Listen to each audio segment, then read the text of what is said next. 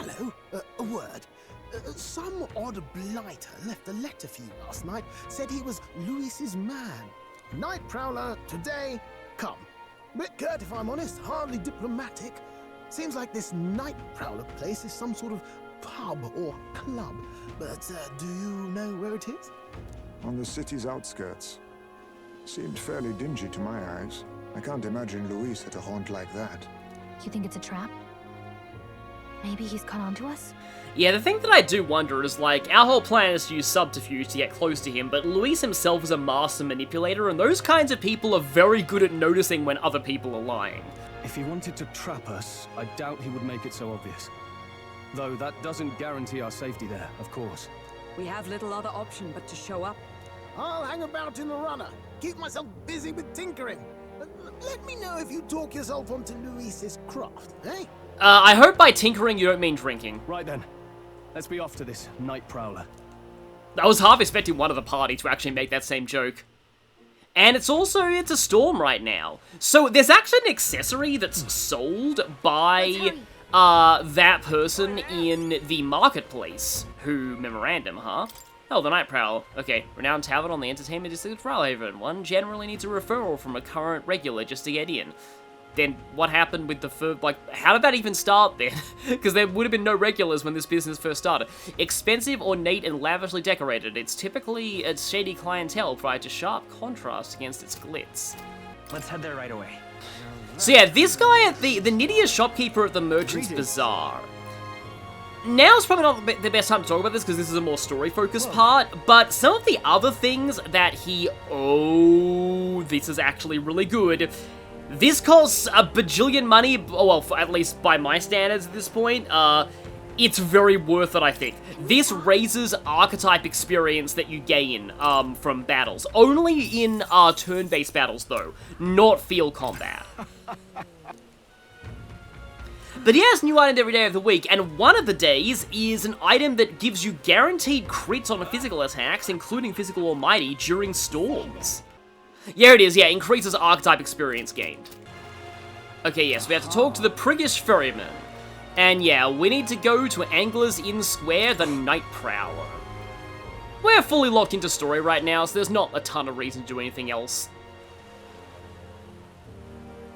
But yeah, the guaranteed crits during story weather, very situational, but if you're planning on traveling somewhere during storms, then maybe. Problem is you won't get any press turns out of it, because the storm will, you know, remove the press turn system.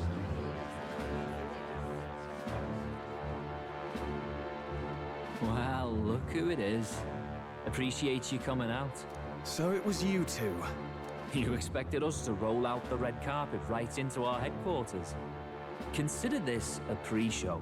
Still, you really are just a kid, aren't you? And you're one to talk?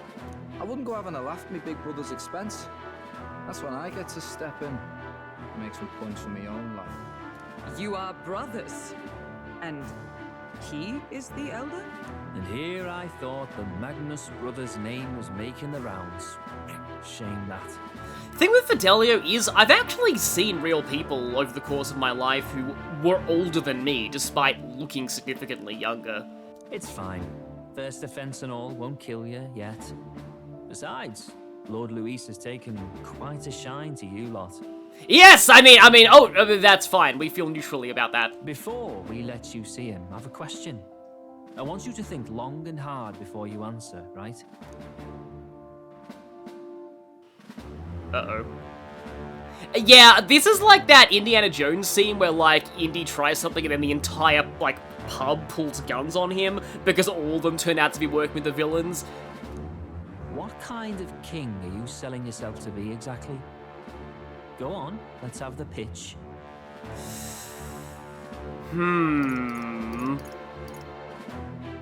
I'd treat all tribes equally. Just like Lord Luis. All right, a bit much, ease off. You know, there's a big difference between meritocracy and equality. Thank you, Atlas. Thank you, Atlas, for saying this. I feel insanely vindicated. You're not doing yourself any favors here, are you? Let's drop the pretenses, shall we? We were all about impressing Luis, and we've done that. You're all about results, aren't you? You'll answer the question from me too. Why do you want to serve Master Luis? No lies now. Uh-oh. Oh, that's bad.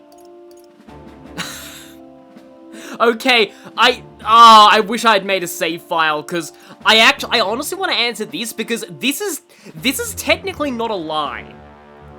But, like, this is just, this is so tempting. This is so tempting. I wish I want to show both these options. I'm actually in love with Lady Juna. Well, my condolences. Out of your league, chum. I dare say you both speak from the sting of experience. And you speak like a man with a death wish. Okay, I'm gonna make this the canon option. I don't like Forden or his church. Too right. They have no idea what justice is. Ah, but you had a sanctoress publicly executed so you could get ahead. Not in a position to moralize, are you? I was about to say, to be fair, we didn't know she was going to be executed, but also, no, we kinda did know that was the likely outcome. We don't expect everyone to take our side. We're just here to right wrongs, that's all. Whatever. You got some brass tea, I'll give you that much. Already got more accomplished than that Glodell ever did. You seem like the types to make yourselves useful. Glodell is, as they say, catching strays. Not many get Ardel's blessing. It's worth celebrating that. For now, you're in. Someone like you should already know what it's like.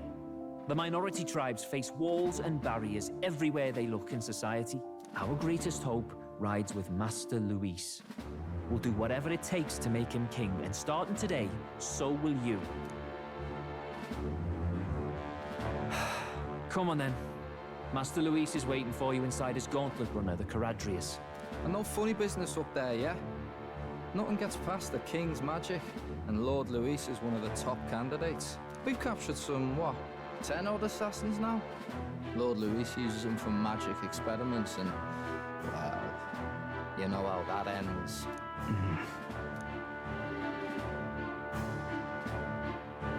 We finally have access to Luis's headquarters. It's a valuable opportunity. Ideally, while most of our group is meeting with Luis, someone else can do a quick search inside. Wait, me? There's no one more suitable. Anyone else, and he'd question their absence. Yeah, that was exactly what I was about to say. You're putting a solo infiltration on my tiny shoulders? But fine, I'll do it. Once we're in the Skyrunner, we'll assess the situation, then deal with our own tasks.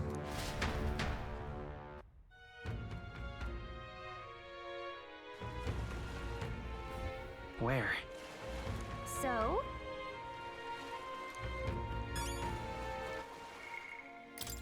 Okay, memorandum entry on the Charadrius now, a military-grade gauntlet runner that Luis is based out of.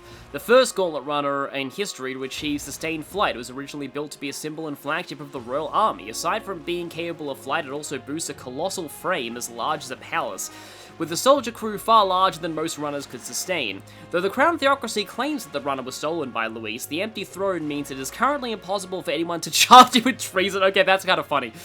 In fact, many soldiers under Luis do not hesitate to claim that they themselves represent the true Royal Army. Oh yeah, we saw that in the cathedral. But that is actually really funny. The crime of treason technically does not exist right now because there's no king.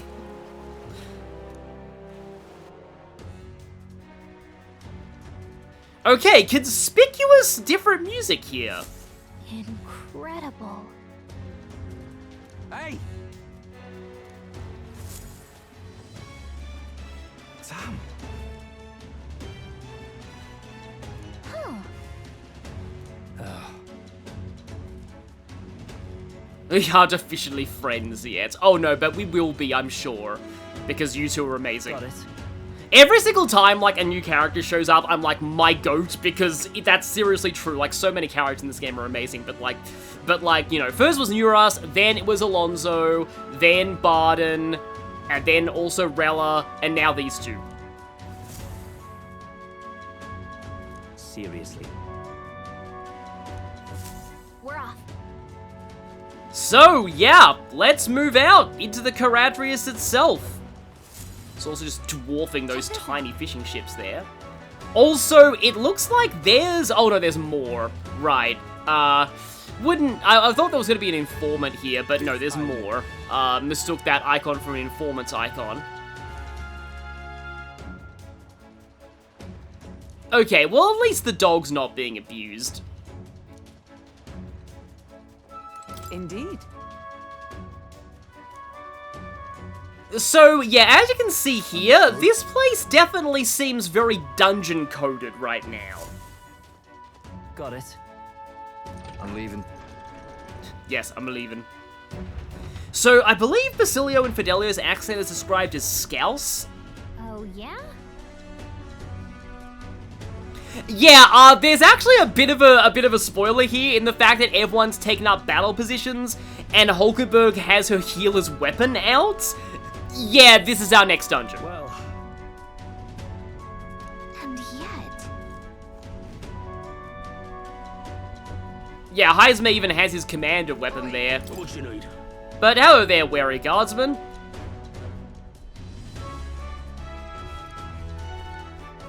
hello there. Hello there.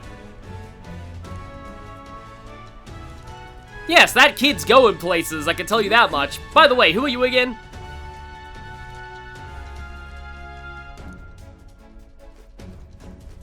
Hey! Well, yeah, it looks like we've already well and truly gotten involved with these people. Got it. There's actual magical elevators in this place. What in the... Yeah? Ah, yes, those people. We don't like those people. We hate them. No, yeah, they're bad. No, we don't like them. There would never be any of those kind of people around at this very moment at all. Yeah. Only a select few ranking soldiers have him. Ah, yeah, so this is like one of those, either we somehow find a way to get those keycards, we have to do that Mission Impossible thing where you slam somebody's retina into the security scanner. I recently saw, like, Hobbs and Shaw Evidently. Fast and Furious spin-off when it was on TV, and they actually do a thing with that, where, like, one of them is just repeatedly slamming guys' faces into a scanner until he gets the right one. I guess that is the natural conclusion of that trope.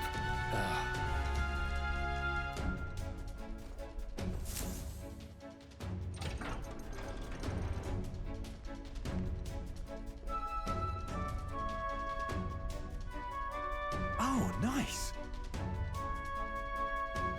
Yes, it's a lot bigger than I thought. It's almost as if it could be a dungeon of some variety.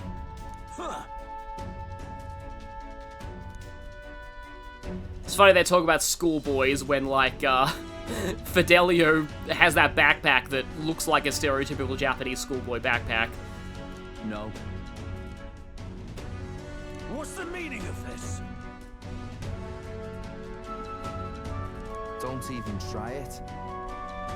Understood? Well, we know that Basilio and Fidelio have rank over that guy, whoever he is. Seriously. But we've figured out the names of one of the lieutenants who might have one of the key cards. Yes, this would be Lord Luis's quarters, right? Not that we want to know where that is or anything, no. All right. Hey.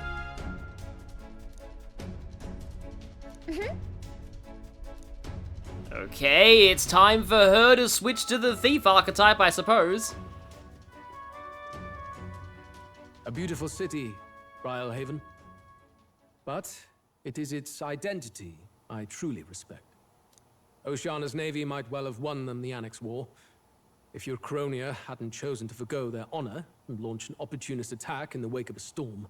Even now, united in the kingdom, their pride in their power is what keeps this city alive.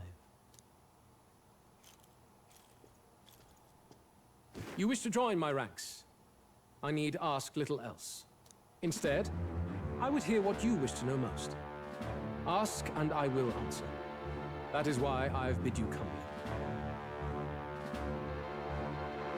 So, we've kind of felt the presence of Luis a lot through the story, but it's only until we get to this point that we really start getting to know him, and this is where things start getting very fascinating. Here we go. Okay.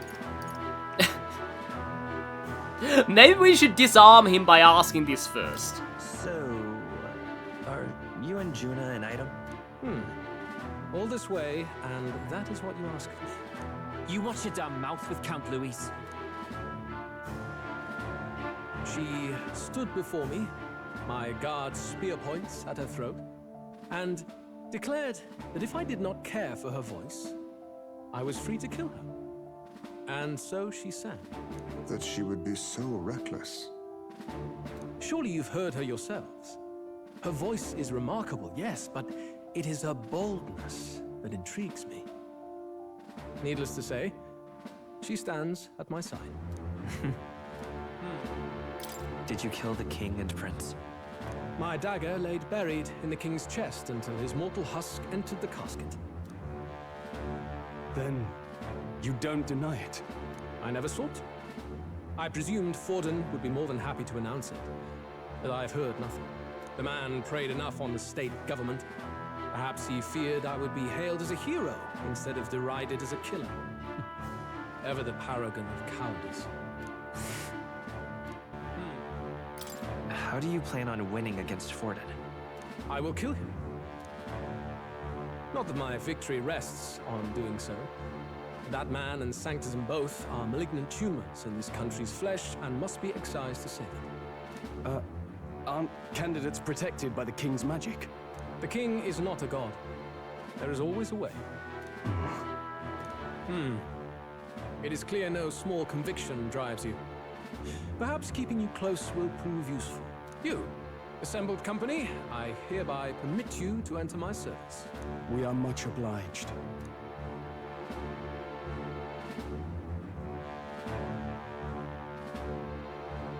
This is a heart of magic silver.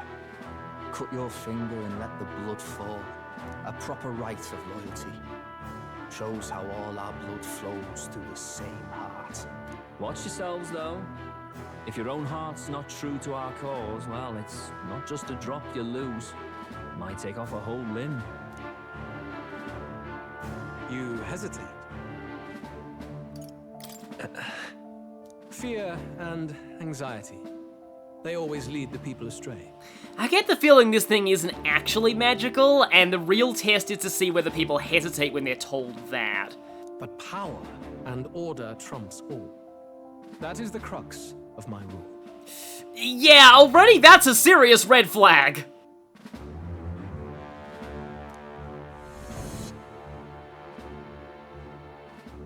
Good. It would appear we've passed. Look at you, like knock-kneed lambs. Just having a bit of fun with you, eh? You think I'd go to all that effort? Yeah, we did hesitate a little bit though, and he probably noticed that. On August 13th, I intend to hold a soiree in this city. It seems a fine opportunity for you to make your debut in my retinue. We're having a Jane Austen debut into high society, except as Louisians, or whatever his faction's called. Very exclusive, see? Only for those good enough to be part of our campaign. You should feel honored. Oh great, it's one of those, like, you know, campaign dinners, or I don't know what they call those official party, you know, events. As my gauntlet runner requires some maintenance, the party shall be held at the feast hall where I'm staying. In the meantime, do as you will.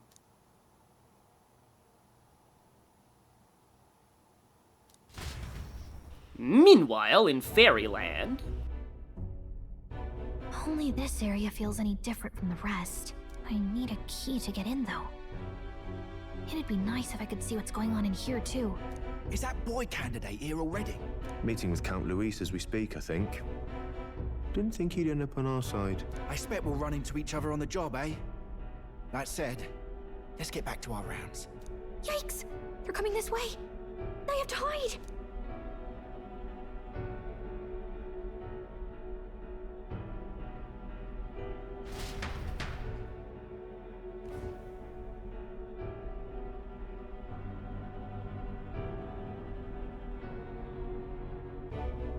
the other side of that door? Never thought it'd lead to a place like this. Guess their security isn't exactly fairy-proof. This area just screams suspicious with all the guards. The formula's gotta be somewhere around here. Is someone coming?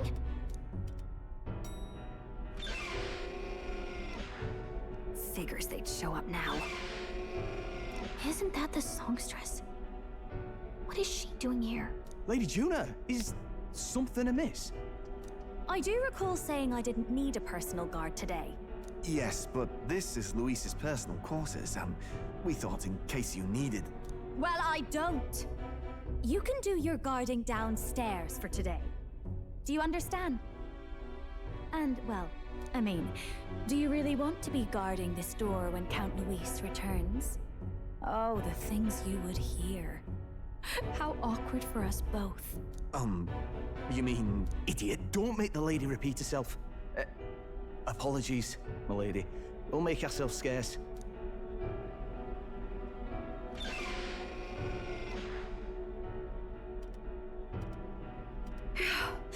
Close one. Opportunities like this are so few and far between. I've got to get this back in place. Oh, wonderful. How were these arranged again? A magic spell? Is that the formula?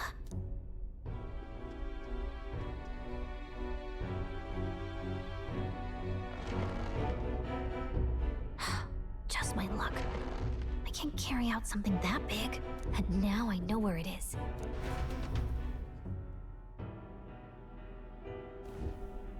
Jolly good! You've got the man's eyes on you. Now that you've sworn fealty, we can get right down in the guts of his Skyrunner. I bet you're extremely jealous. You probably want to go in there and analyze the crap out of it. I worry for Gallica. Perhaps we asked too much of her. I hope she's alright. No, I think we asked exactly the right thing. Also, to be pointed out, those blocks on this table, they're actually from Catherine.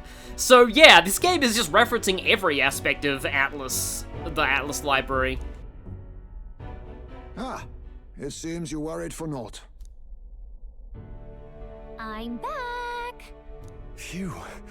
You're clearly bursting with good news, too. I know, right? I found where the formula is! I'm pretty sure I saw the real thing. Even if it wasn't, I'd bet the real one's somewhere in that room. Masterfully done. We could have asked no better an infiltrator. That songstress Juno was there too. I'm pretty sure it was Luis's private quarters. So I have to wonder what she was doing there. Especially since Luis kind of made it clear that he didn't actually think about Juno that way. Whatever the case, I assume you could lead the way to the room? Well, yes, but it might be a bit tricky. To get to Luis's quarters, we'd need to go through the crew quarters, then through the starboard corridor, or the port corridor. You need a key to get into each of the divisions. Whoever's in charge at each guard post has one. Luis's private quarters have a special key too. That one's held by the representative on the bridge. Okay, so you found out quite a lot of information. This is actually starting to sound like a Bentley slide presentation from a Sly game. In short, we'll need to pass through 3 blocks. The crew quarters, either the starboard or port corridor, and the bridge. It looked like he's usually got his quarters under guard. So we'll want to pick a time of day when there'll be less people around. If we need it less crowded, then how about the night of the soiree? Surely it would be a skeleton crew. He would have us debut as his supporters on that night. How would we get away with not being present? Maybe if we just excuse ourselves for a short time? We've got plenty of time to prepare. Securing an infiltration route, finding out when it will be less crowded. This is all work we can get done in advance.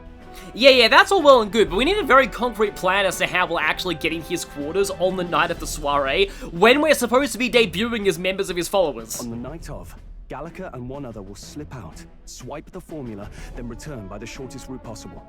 Have anyone in mind? My hearing makes stealth jobs simple work. No. I think he'd be our best bet. You would have the guest of honor himself absent? This is Luis we're talking about. He's bound to notice any absence. If we've lost on that front already, we might as well send our strongest.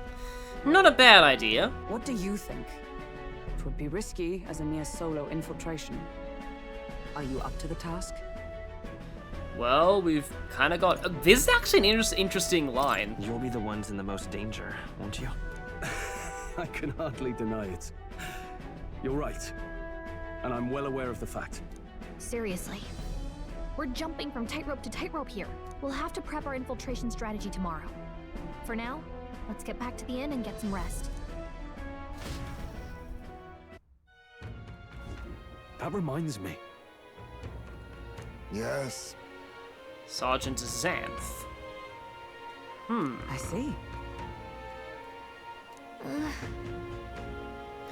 Yeah, we're starting to get a little bit of an indicator as to what our gimmick is, because this is an extremely gimmicky dungeon we have coming up. Also, the Annex War, series of intermittent conflicts during the later half of the 6th century of the Ukrainian calendar, fought between the countries of Ukrainia, Oceania, and Montario until their unification. The war began with hostilities opening against Oceania, and after Ukrainia united with Oceania, Montario followed. The largest scale battle fought in the war was between Ukrainia and Oceania, called the Battle of Brylehaven. Fierce naval skirmishes broke out around the city with such intensity they went down in history, passed down orally as valorous and romanticized tales of war, and also lagging everyone's computers because Age of Empires 3 does not like naval battles. While there were many battles with numerous casualties in Montario as well, they were short and fought far from populated towns, giving them less staying power. Even after the annexation, the momentum to seize independence remained throughout Oceania and Montario, and it was not uncommon for skirmishes to interrupt. They were a stumbling block for post-war reconstruction and a headache for generations of kings to come. However, within a few years of Luis's rise to prominence in the state army, he had successfully thwarted the rebel factions and repressed the independence movement for the first time since the annexation, and that peace had endured. Yeah, already we're getting the sense of, like, if that guy was repressing an independence movement, like, from the beginning, like, we're getting more and more signs that he probably doesn't have the common people's best interests at heart. But, with that, Look at that. let's go to bed, because we're about to get into the meat of this arc's free time segment. And the age of a new king draws nearer.